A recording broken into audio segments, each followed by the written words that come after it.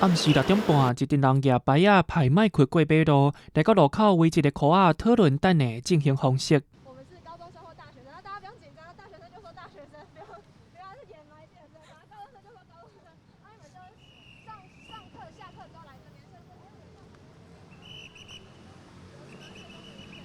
因是台湾青年民主协会学生志工，徛伫咧路口，要向大家宣传年底的18岁公民权修宪公投。谢谢哥哥姐姐，哥哥姐姐下班辛苦了。11月26日，18岁公民权，请帮我投同意，谢谢。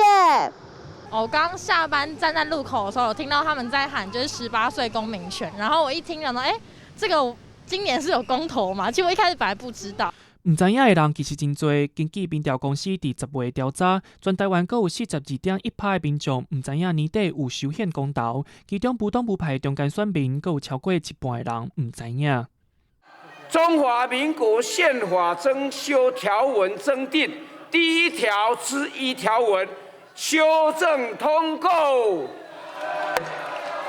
今年3月，立法院以109票全数同意通过修宪的提案，将选举罢免、创制、复决、公投甲被选举的年岁下降到18岁，所得来爱交予公民复决，超过965万张同意票才会当通过。虽然有下党派立委的支持，不过根据10月民调，表示支持的人敢若占53.6%，除非这的人拢去投票，无要通过是真困难。立法院它虽然各个代议士它都有这样的跨党派的支持，但回到民间，其实跟社会沟通真的相对就是比较少，那甚至是社会上面彼此的讨论也低。那尤其再加上这次的选举，大家都觉得说，好像选情比较冷淡，比较低落。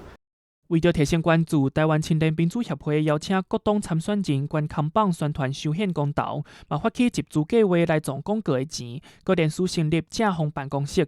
愈来愈侪人关注了后，反对的声音嘛出来啊！台湾民意基金会董事长游盈良伫咧面册顶悬写讲，伊支持18岁有选举权，毋过无支持18岁有被选举权。青民协理事长周玉平表示，就算讲18岁会使参选，嘛无一定选得着。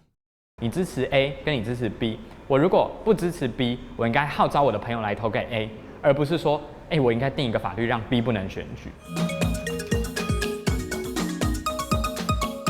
这届修宪复决，一寡学生也无投票权，不过因嘛利用下课时间来到伫咧台北光复北路的修宪基地，凹传单、整理名纸、发上活动，互相讨论。其实现在全台湾大概有400到500位的志工，在全台湾不同县市、22县市一起去宣讲，一起去努力。对，那在这一路上，其实也遇到几千位甚至将近1万选民，那都在各个不同的市场一起来就是支持这些议题。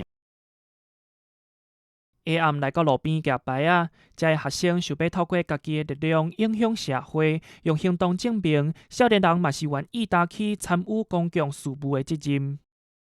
其实许多人会说，就是18岁，可能现在大部分的高中生、大学生不会去关心政治。那其实我觉得蛮大一部分是因为你没有给他这个权利，他去关心的其实也没什么意义。今年11月26号的18岁公民权修宪复决，希望各位哥哥姐姐可以为我们投下同意票，给年轻人一个机会，谢谢。